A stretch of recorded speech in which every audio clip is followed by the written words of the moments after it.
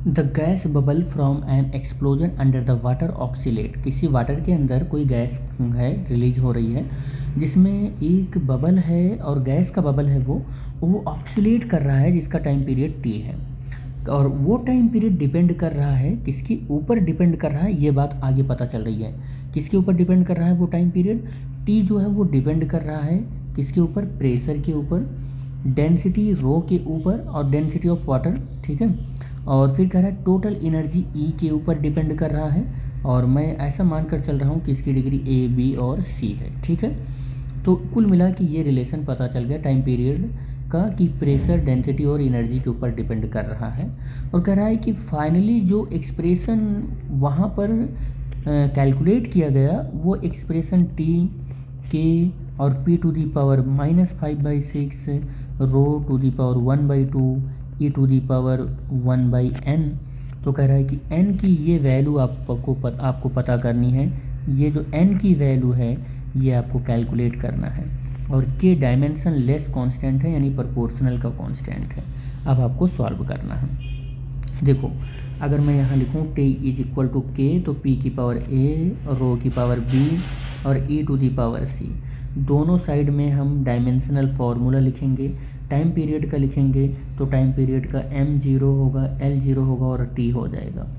कि dimensional less constant है तो उसका कुछ नहीं करने वाले हैं। बट p यहाँ पर देखो क्या है, वो प्रेशर है और pressure p is equal to force upon area होता है। और फोर्स का mLT-2 होता है और एरिया का L² होता है। इसका डायमेंशनल फार्मूला क्या हो जाएगा, mL की power -1 t to the power -2 हो जाएगा। तो mL की power -1 t to the power -2 और a हो जाएगा यहाँ से। डेंसिटी बेटे रो मास अपॉन वॉल्यूम होता है। मास का किलोग्राम होता है जिसको कैपिटल M, और वॉल्यूम का मीटर होता है, मीटर क्यूब होता है तो L की पावर 3 यानी कि mL की पावर -3 इसका डायमेंशनल फार्मूला हो जाएगा। mL to the power -3 power b हो जाएगा। एनर्जी का डायमेंशनल फार्मूला mL² होता है और पावर c हो जाएगा। अब हम m की पावर जो है वो a और प्लस b और प्लस सी, mL और t की सारी पावर एक साथ लिख रहे हैं। l to the power -a -3b और प्लस 2c और t to the power -2a और फिर कितना हो जाएगा t की पावर -2c हो जाएगा। और m to the power 0, l to the power 0, t की पावर 1, ठीक है। दोनों साइड में m, l और t की जो डिग्री है इस डिग्री को हम क्या करेंगे, कंपेयर करेंगे। अब यहाँ से हमको मिलेगा a plus B plus C is equal to 0। एक इक्वेशन ये मिल गया, m की power a plus B plus C, यहाँ m की पावर 0 है। यहाँ पर -a -3b और प्लस 2c और इज इक्वल टू l की पावर यहाँ 0 मिल गया। और यहाँ पर देखो 2a माइनस में है और -2c इज इक्वल टू यहाँ मिलेगा 1। हमको क्या मिलेगा, 1 मिलेगा, ठीक है। अब हम यहाँ पर थोड़ा सा अपना काम बनाएंगे। 3 इक्वेशन है, तीनों इक्वेशन से देखो क्या हो सकता है। देखो यहाँ से अगर मैं लिखूँ तो -2a, देखो -2a is equal to 1 plus 2c हो जाएगा। और अगर मैं यहाँ से -2a इक्वल टू लिखूँ तो -a is equal to 2c हो जाएगा, ठीक है। और यहाँ पर c की वैल्यू इतनी मिल गई और इस वाले इक्वेशन से हमने निकाला है ये c की वैल्यू, ये c की वैल्यू, ठीक है।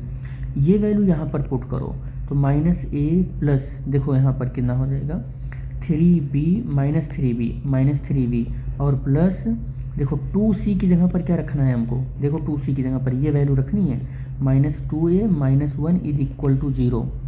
यहाँ से देखो -a एज इट इज़ रहेगा और -2a ये एज इट इज़ रहेगा और -3b और इज इक्वल टू 1, ये कितना हो जाएगा 3a हो जाएगा और -3b इज इक्वल टू 1 और a -b is equal to 1/3 हो जाएगा। अब इस वाले इक्वेशन पर आ जाओ तो a plus B as it is रहेगा और c की जगह पर क्या रखना है हमको, c की जगह पर रखना है -2a -1। और देखो एक चीज़ और देख लो, c की जगह पर मुझे 2c यहाँ पर मिला हुआ है तो बाई 2 भी कर लेंगे। यहाँ मैं ऐसे कर लेता हूँ, देखो c is equal to -2a -1 या मैं माइनस कॉमन कर लेता हूँ 2a -1 बाई क्या हो जाएगा 2, ऐसे लिखना होगा मुझको। तो माइनस कितना हो जाएगा 2a -1, माइनस नहीं बल्कि ये +1 हो जाएगा क्योंकि माइनस तो मैंने बाहर ही ले लिया है। और बाई 2 हो जाएगा और इक्वल टू 0। बेटे 2 से मल्टीप्लाई करोगे तो 2a plus 2b minus 2a minus a minus 1 a नहीं 1 और इज इक्वल टू 0 हो जाएगा। 2a और ये 2a देखो तो 0 हो गया और 2b minus 1 is equal to 0, b is equal to 1/2 हो गया। अब b की वैल्यू अगर 1/2 आ गई है तो ये वैल्यू यहाँ पर पुट करो, देखो ये वैल्यू पुट करो तो a माइनस b की जगह पर 1/2 पुट करेंगे और इक्वल टू 1/3, तो क्या मिलेगा हमको a इज इक्वल टू 1/3 और प्लस 1/2 और ये 6 हो जाएगा। 2 प्लस 3 कितना हो जाएगा 5/6 मिल जाएगा।